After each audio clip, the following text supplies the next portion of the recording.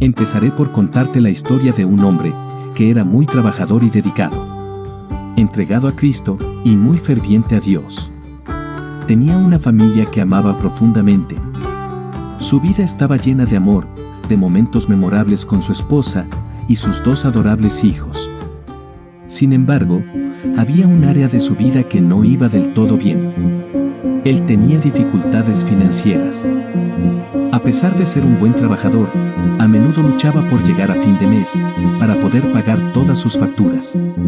En ocasiones, sus gastos excedían sus ingresos mensuales, se veía obligado a pedir prestado para poder cubrir sus deudas y así poder sostener su nivel de vida. Su fe en Dios era inquebrantable, pero no podía evitar preguntarse, ¿por qué a pesar de haberle pedido a Dios que actuara en sus finanzas, aún no recibía la ayuda que tanto necesitaba? Así como este hombre, a muchos nos preocupa el manejo de nuestras finanzas. ¿Cómo evitar caer en la tentación de preocuparnos más de la cuenta? ¿Cómo poder descansar en la bondad de Dios y confiar en que Él dará todo lo necesario a sus hijos? Este hombre quería que Dios actuara de forma casi que instantánea en la solución de su situación financiera. Sin embargo, aunque Dios podría hacerlo, es importante que comprendamos que Dios actúa de manera diferente en cada uno de nosotros. Un ejemplo de esto lo tenemos en Lucas, capítulo 17, versículo 11 al 14. Aconteció que, yendo a Jerusalén, pasaba por Samaria y Galilea. Cuando entró en una aldea, salieron a su encuentro 10 hombres leprosos, los cuales se pararon de lejos y alzaron la voz diciendo: Jesús, Maestro, ten misericordia de nosotros. Cuando él los vio, les dijo: Vayan, preséntense a los sacerdotes. Aconteció que, mientras iban, fueron limpiados. Observen la enseñanza de este pasaje. La Biblia nos dice que la fama de Jesús iba en aumento. Los leprosos habían oído hablar de Jesús, y cuando se enteraron que iba a pasar por aquel lugar, no dudaron en suplicarle misericordia al Señor. Noten que el Evangelio dice que se pararon de lejos, porque los leprosos tenían prohibido acercarse a la comunidad. Ellos, creyéndole al Señor, pidieron por su sanidad. Sin embargo, inesperadamente, el Señor les dice: Vayan y preséntense a los sacerdotes. ¿Por qué el Señor no los sanó en el instante, así como había hecho con otras personas? ¿Cuál es el propósito de que ellos fueran a presentarse a los sacerdotes si todavía estaban contaminados?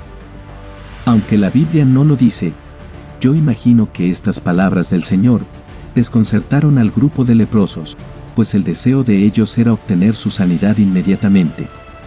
Pero sorpresivamente, el Señor decide actuar de una manera diferente con ellos. ¿Qué habrías pensado tú en una situación como esta? ¿Te hubieras ofendido? ¿Habrías perdido tu fe? Lo que el Señor les estaba tratando de decir a estas personas es que aunque seguían enfermos, caminaran en fe. Ellos tenían que creer para ver, porque algo maravilloso estaba por suceder.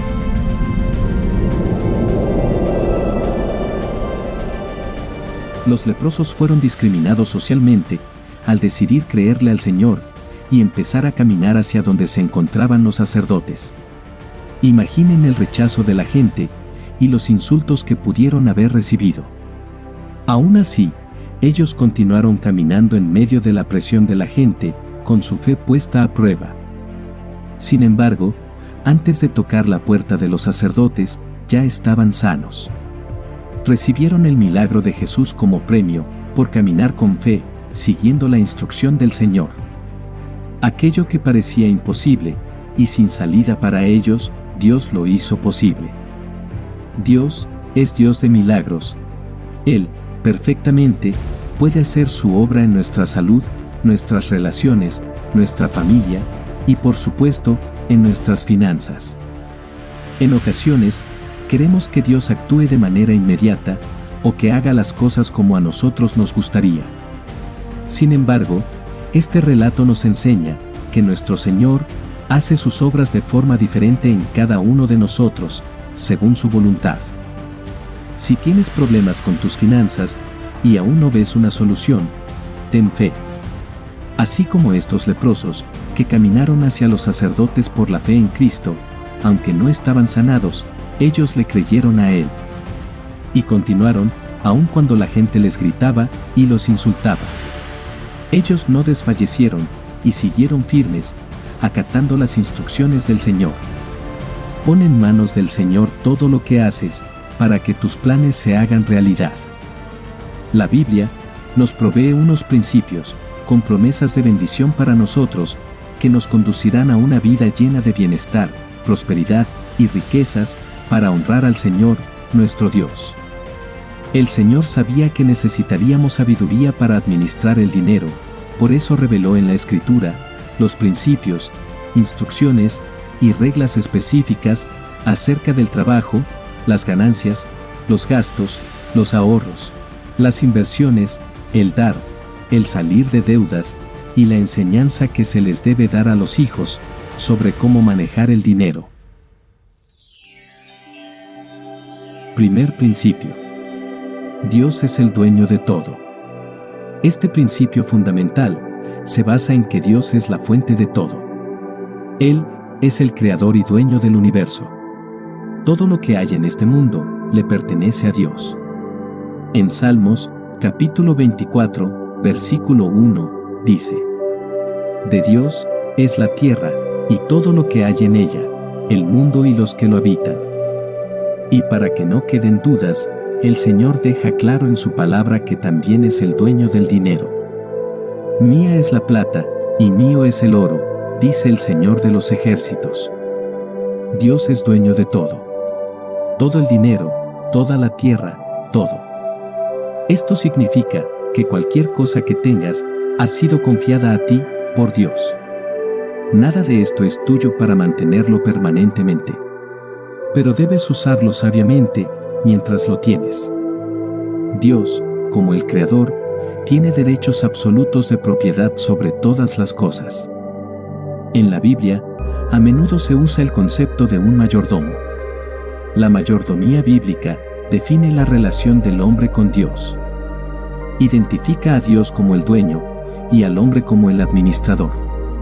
Por ejemplo, un mayordomo es responsable por el dinero o la propiedad. Tiene simultáneamente la autoridad y está bajo la autoridad. Aunque está a cargo del dinero, las posesiones o las tareas que su señor le ha confiado, un mayordomo está, en última instancia, bajo la autoridad del amo. La Biblia nos enseña que no eres un dueño, sino un mayordomo. Por lo tanto, no te aferres a nada. Comprender que Dios es el dueño de todo, y que nosotros somos los administradores de todo lo que recibimos, es un principio fundamental para entender nuestra relación con Dios y la forma en que debemos responderle. No solo Dios es el dueño de todas las cosas, sino que todo lo que recibimos proviene de Él. Es Dios el que nos da las fuerzas para trabajar. Las riquezas y la honra provienen de ti. Tú lo gobiernas todo, en tu mano están la fuerza y el poder, y en tu mano está la facultad de engrandecer y de fortalecer a todos. Segundo principio. Ahorra e invierte. Proverbios, capítulo 13, versículo 11, dice: Las riquezas mal habidas se acaban rápido, pero el que ahorra las aumenta poco a poco. Dios quiere que seamos ahorradores. Él quiere que tengamos los recursos que necesitamos para cuidar a nuestras familias y a los demás. Él también quiere que estemos en una posición para servirle, para que Él sea conocido y honrado. El ahorro no representa una falta de fe, más bien, refleja el corazón de un mayordomo fiel.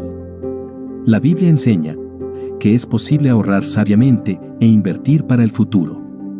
Ahorrar honra a Dios, porque es valorar razonablemente el dinero, el cual es un regalo que Él nos ha dado. En lugar de gastar sin planear, con impulsividad e insensatez, el ahorro sabio demuestra la importancia de administrar nuestros dones. Una correcta administración del dinero te colocará en una mejor posición para ayudar a otros. En Proverbios, capítulo 3, versículo 27, dice: no te niegues a hacer el bien a quien es debido, cuando tuvieres poder para hacerlo. El ahorro también te puede permitir dejar una herencia, bendiciendo a tus herederos, para que luego puedan ser una bendición para otras personas. En casa del sabio abundan las riquezas y el perfume, pero el necio todo lo despilfarra. Dios nos pide que seamos diligentes. En nuestros proyectos de emprendimiento, en nuestro trabajo, debemos esforzarnos y ahorrar, desde el momento en que iniciamos. El que no se anima a trabajar, empobrece; el que trabaja duro, se enriquece. Todos tendemos a posponer las cosas, pero si no ahorramos e invertimos anticipadamente, perderemos una de las fuerzas financieras más potentes: el interés compuesto. Es decir, ganar interés sobre intereses. Invierte lo que tienes en diferentes negocios, porque no se sabe las calamidades que pueden suceder en esta vida. Debemos ser inversores inteligentes, pidiéndole dirección y sabiduría al Señor en todos nuestros pasos. La Biblia nos dice que al momento de invertir, debemos diversificar.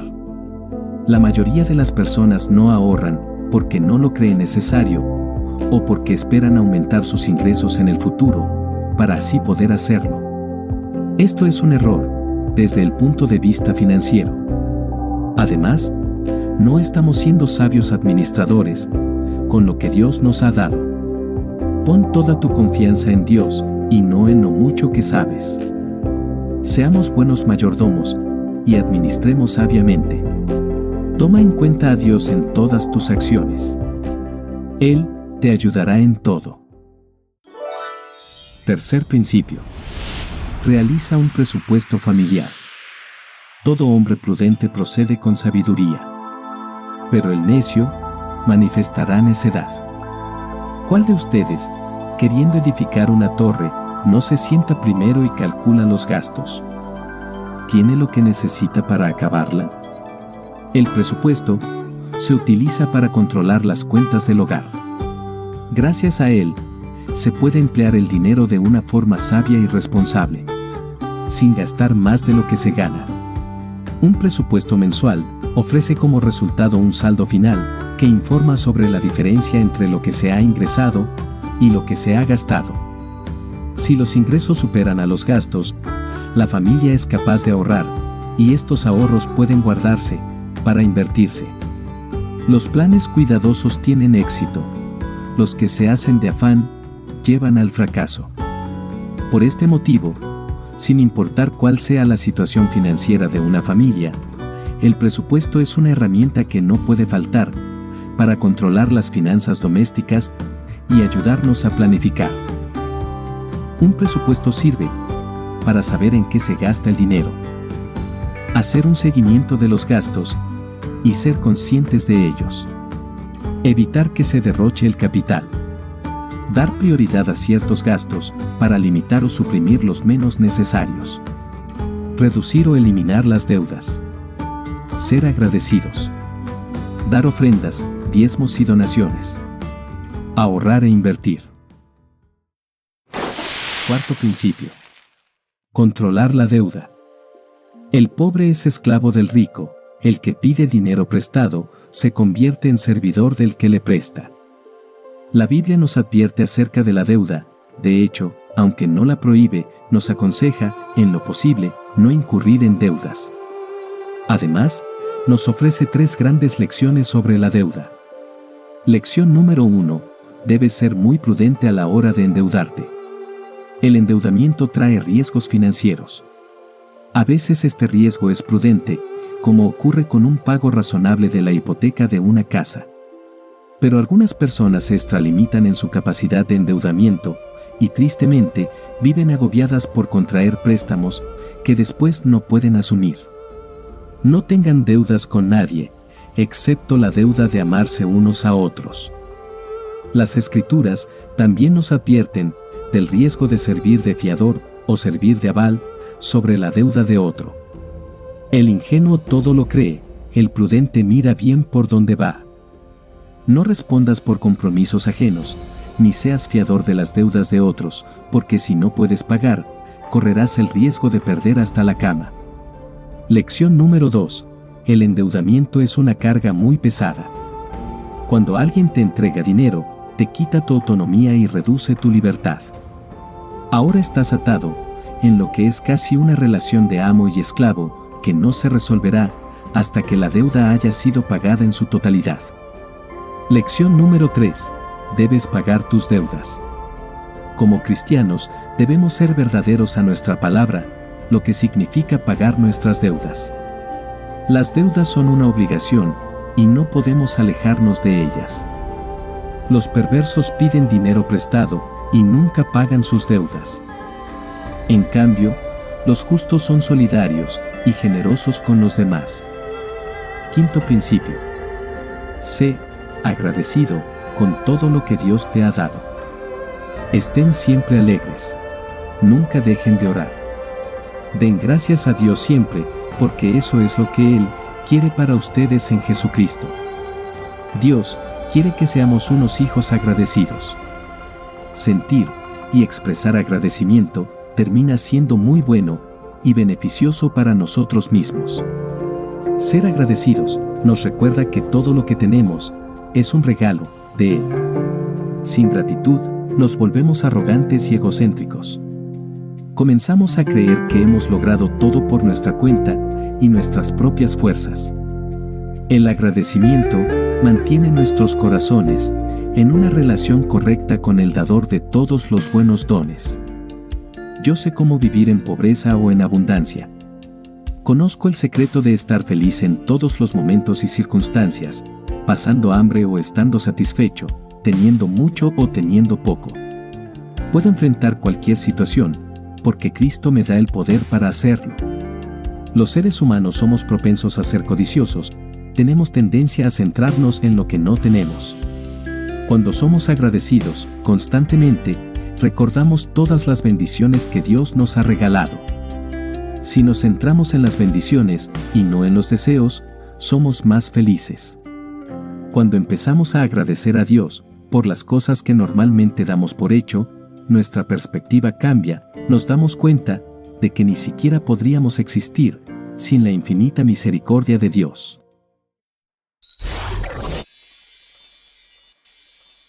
Sexto principio. Sé generoso. Hay quienes reparten y les es añadido más. Y hay quienes retienen indebidamente, solo para acabar en escasez. La persona generosa será prosperada, y el que sacia a otros también será saciado. Dios es generoso con todas las personas, bien sea que lo merezcan o no. Él hace que salga el sol sobre malos y buenos, y que llueva sobre justos e injustos. La bondad y la generosidad de Dios no están dirigidas única y exclusivamente a los que son buenos y siguen sus caminos. Dios es generoso y extiende sus bondades a todos, buenos o malos, justos o injustos. Él murió en la cruz por toda la humanidad, crean en Él o no, lo amen o lo desprecien, para darnos la oportunidad de aceptar su regalo y de ser salvos.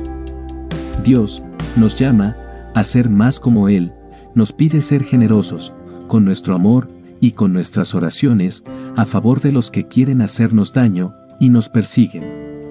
Es de esa forma que se notará que somos sus hijos, cuando reflejemos su carácter a través de nuestras acciones.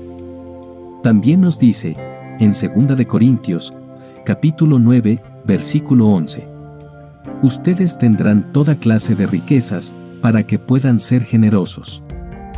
La ofrenda que ustedes envíen con nosotros motivará a muchos a dar gracias a Dios. Compartimos nuestro tiempo, nuestros talentos y dones, o nuestros recursos económicos con los demás, seguros de que siempre habrá suficiente. Damos con las manos abiertas, para que asimismo, Dios nos continúe bendiciendo.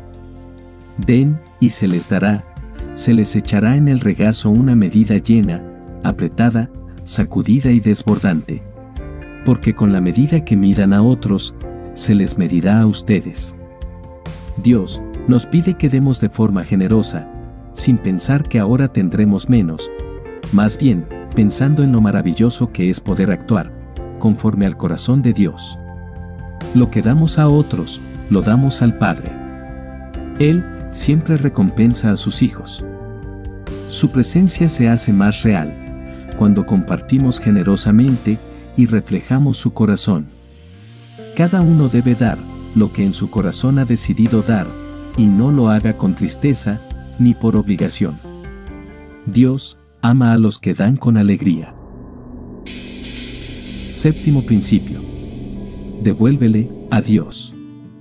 Honra al Señor con tus riquezas, y con los primeros frutos de tus cosechas, así estarán repletos tus graneros, y rebosantes tus depósitos de vino. Ofrendar y diezmar es un acto de obediencia, fidelidad y reconocimiento hacia Dios. Simboliza que todo lo que tenemos viene del Señor.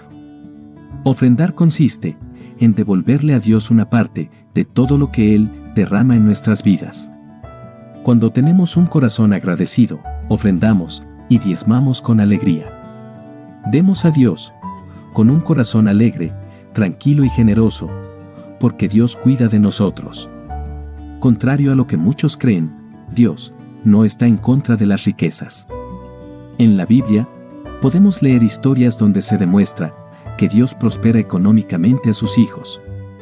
Las Escrituras nos muestran ejemplos de personas ricas y bendecidas por Dios, como Abraham, Jacob, Booz el esposo de Ruth, y José de Arimatea, entre otros. Lo malo no está en la posesión de la riqueza, sino en nuestra actitud frente a ella y en la forma en que la utilizamos. La codicia, la avaricia y el amor al dinero son conductas que Dios reprueba y condena. El amor por el dinero causa toda clase de males. Por querer tener más y más dinero, algunos se han desviado de la fe y se han causado gran sufrimiento. Así que el amor al dinero, y no el dinero en sí, es lo que Dios rechaza. Dios puede conceder riquezas terrenales a su pueblo. Los cristianos ricos que son obedientes a Dios, y mayordomos fieles y leales, son una bendición para muchos. Dios quiere que disfrutemos de todo lo que nos ha dado, y lo que nos dará. Debemos considerar todo lo que tenemos, y lo que tendremos, como un préstamo del Señor, y tener en cuenta la forma en que Él quiere que lo usemos. Así podemos demostrar que somos fieles administradores de lo que Dios nos ha confiado. Y aquí hemos llegado al final del video. No olvides suscribirte, activar las notificaciones y apoyarme con un me gusta a este video. Te lo agradeceré enormemente. Hasta pronto.